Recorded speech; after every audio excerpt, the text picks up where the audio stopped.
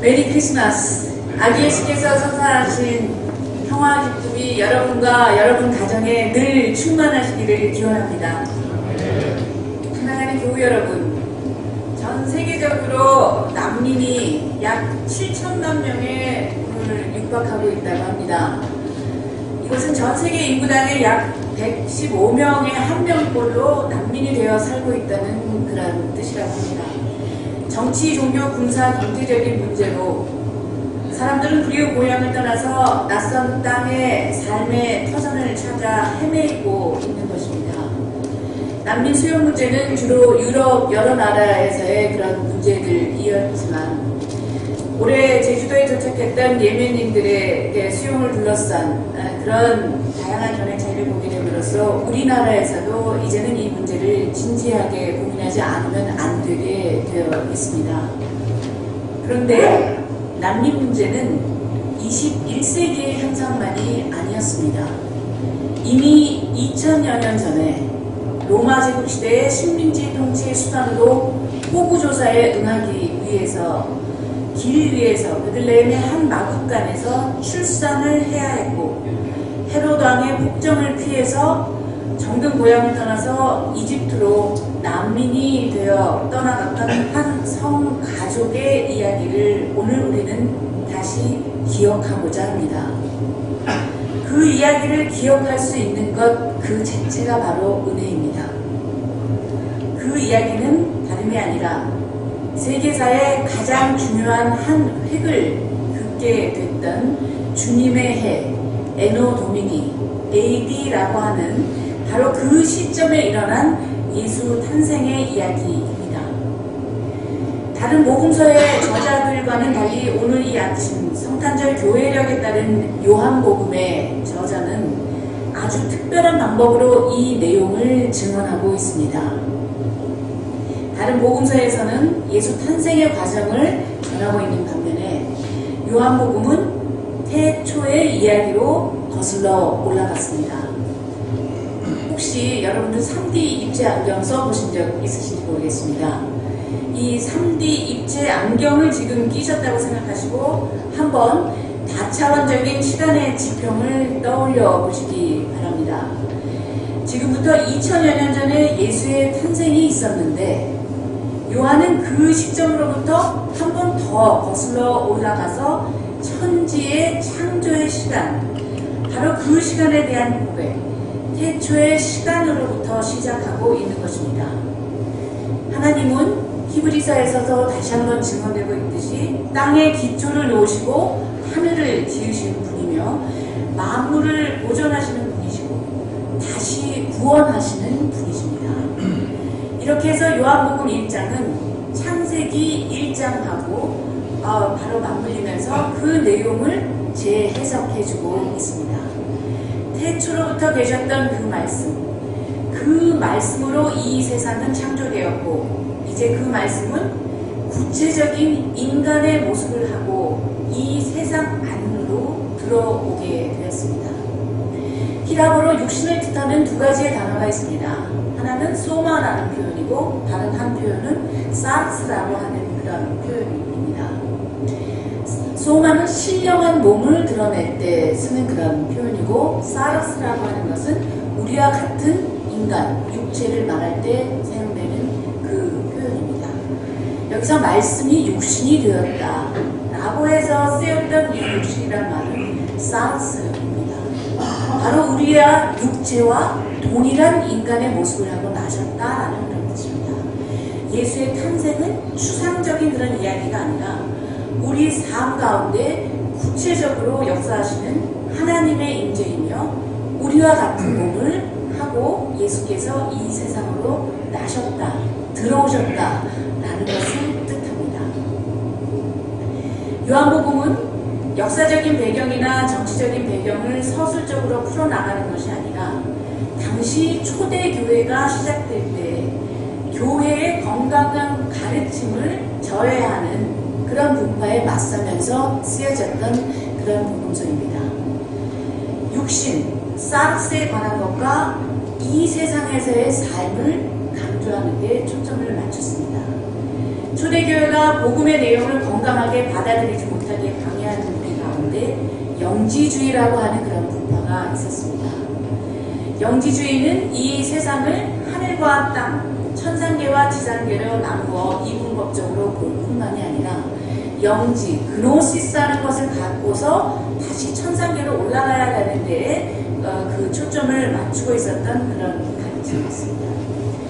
이 세상의 창조를 아름답게 보지도 않고 불완전한 신에 의해서 만들어진 불완전한 창조라고 보았습니다. 그래서 이 세상을 부정하게 하며 우리 인간의 삶은 천상계에서 떨어져 나온 빛의 조각들이어서 궁극적인 목표는 다름이 아니라 그 천상계에 다시 올라가는 것입니다. 얼핏 보면 기독교의 가르침과 비슷해 보일 수도 있겠습니다. 그러나 분명한 차이가 있습니다. 영지주의는 이 세상의 삶, 물질적인 것, 곧 육신을 거부하게 하는 것입니다. 이 세상의 것은 천박하고 더럽고 추한 것이며 오로지 천상적인 가치만을 중요하고 선한 것으로 본 것입니다. 영지주의는 요한복음이 등장했던 초대교회만 있었던 그런 현상이 아니라 기독교의 역사 안에서 변형된 형태로 여러 가지로 뒤섞여서 오늘날까지도 작용하고 있습니다. 우리 한국말 표현에 보면 죽음을 돌아가셨다 라고 그렇게 표현합니다. 어디로 귀환하는 것입니까? 본래 있었던 장소로 회귀하는 것입니다. 이미 종교적인 색채의 의미가 내포되어 있습니다. 그 가운데에서도 기독교적인 의미를 포함하는 그런 말이기도 합니다.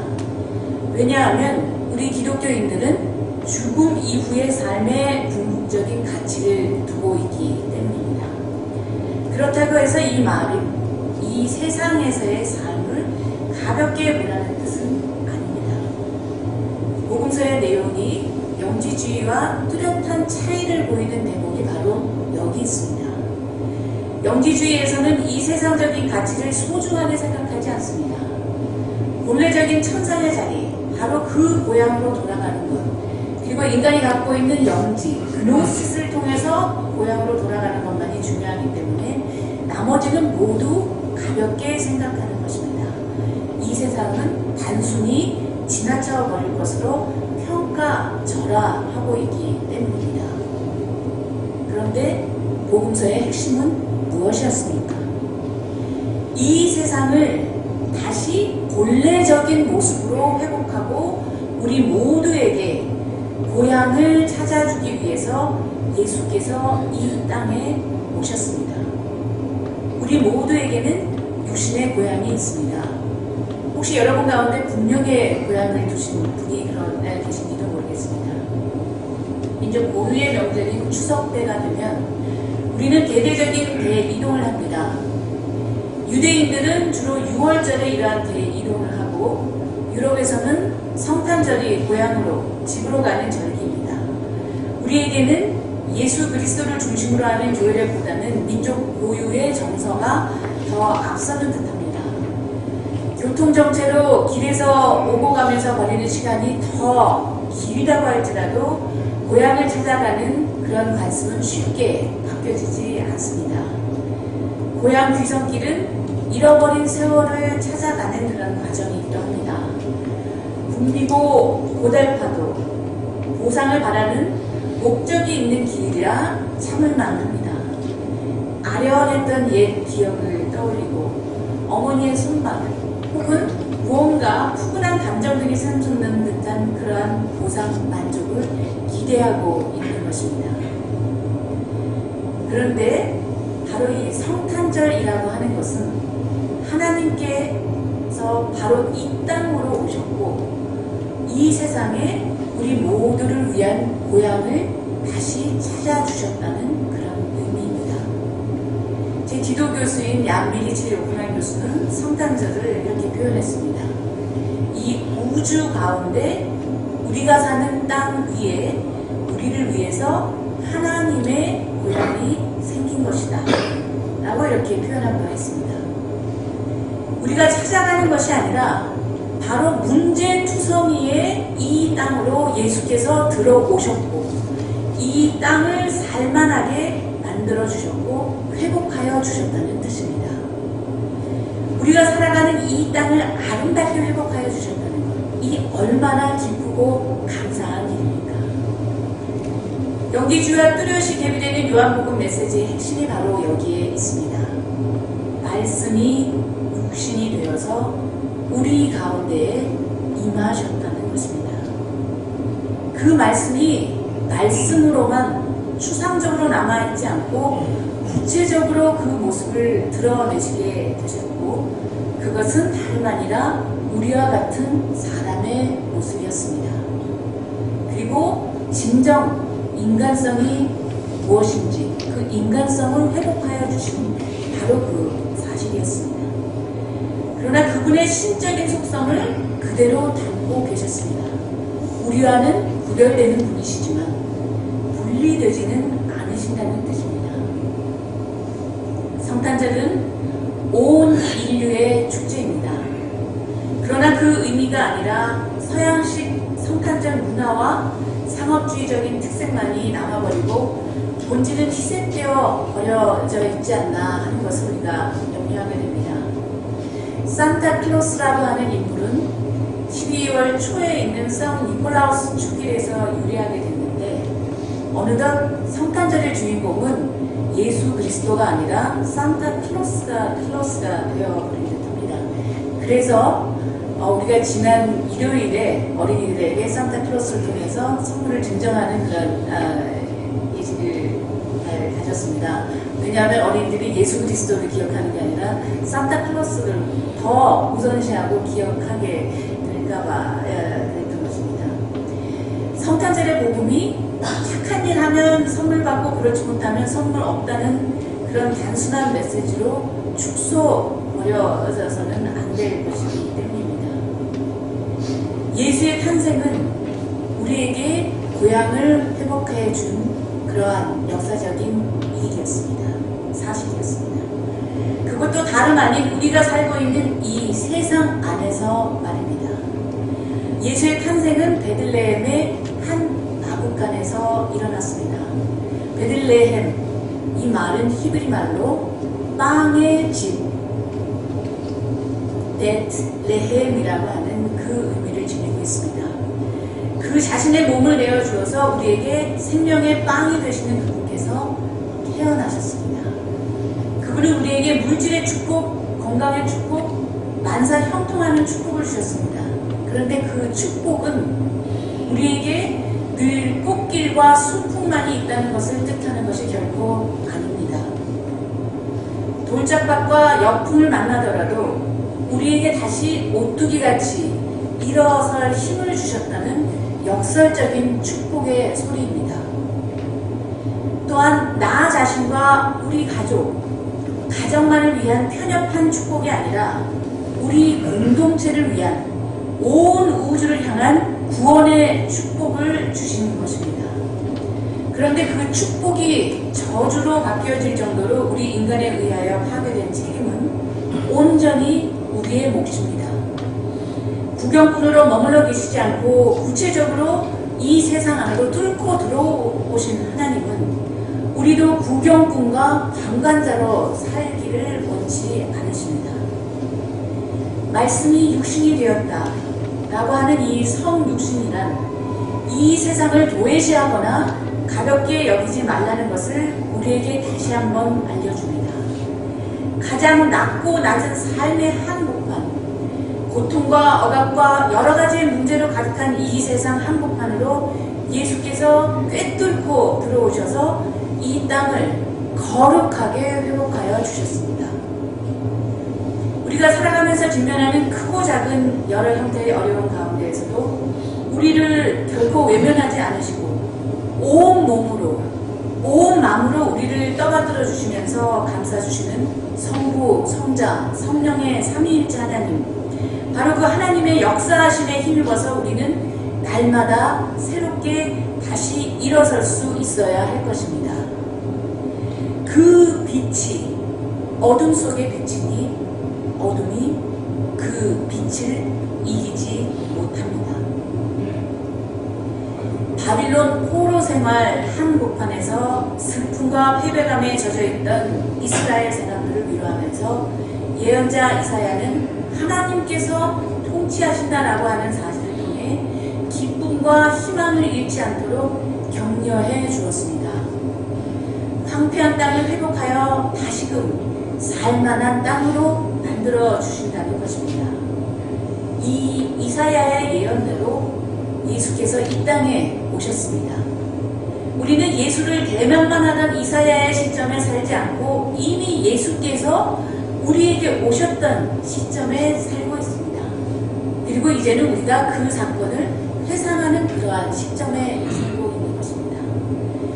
예수 탄생의 기쁨을 안고 살아가는 우리들은 눈은 천상을 향하여 있어야 하지만 우리가 사는 땅을 다시 아름답게 회복해 주신 그 은혜를 찬양하며 감사하며 이 땅을 아름답지 못하게 만들어가는 모든 불의에 저항할 수 있어야 할 것입니다. 왜냐하면 히브리서에서 강조하며 표현하고 있듯이 주님께서는 정의를 사랑하시고 불법을 미워하셨기 때문입니다. 올 한 해도 우리 안에는 수많은 사회적인 죽음들이 있었습니다. 우리 주변에 위로가 필요한 사람들이 너무나도 많습니다. 여러분들이 계신 삶의 자리마다 하나님의 위로의 통로, 축복의 통로가 되기를 바랍니다. 여러분들 모두가 죽음의 문화가 가득한 이 한국 사회 안에서 예수 그리스도의 빛을 머금으시면서 삶의 긍정적인 에너지를 회복해서 우리 자신을 변화시키고 주변을 변화시키는 주역이 되시기 바랍니다. 그분의 이름은 임마누엘, 하나님께서 우리와 함께 하신다는 뜻입니다. 그것은 우리 마누라, 우리 남편, 이렇게 말하는 뜻없는 우리, 바로 1인칭 복수의 그런 우리가 아니라 진정한 의미에서 우리 모두를 위한 공동체의 선을 위해서 역사하시는 하나님을 말합니다. 하나님께서 나와 함께 하신다라고 하는 히브리 표현은 임마디엘입니다. 거의 못 들어보셨죠? 거의 사용되지 않는 표현입니다. 왜입니까? 하나님은 나의 하나님이 아니라 우리의 하나님이기 때문입니다. 임마디엘이 아니라 임마누엘입니다. 성탄절은 고향을 상실했던 인류를 위해서 고향을 예수께서 다시 찾아준 축제이며 인류 전체를 하나님의 가족으로 이어주는 잔치날입니다. 우리 삼회교회 교우 여러분 모두가 임마누엘, 우리와 함께 하시는 하나님의 힘 의지하시면서 우리에게 허락된 이 아름다운 세상을 더욱 아름답게 갖고 나가는 화해의 봉사자의 사명 잘 감당하게 되시기를 간절히 바랍니다. 아멘. 함께 묵상기도 드리시겠습니다.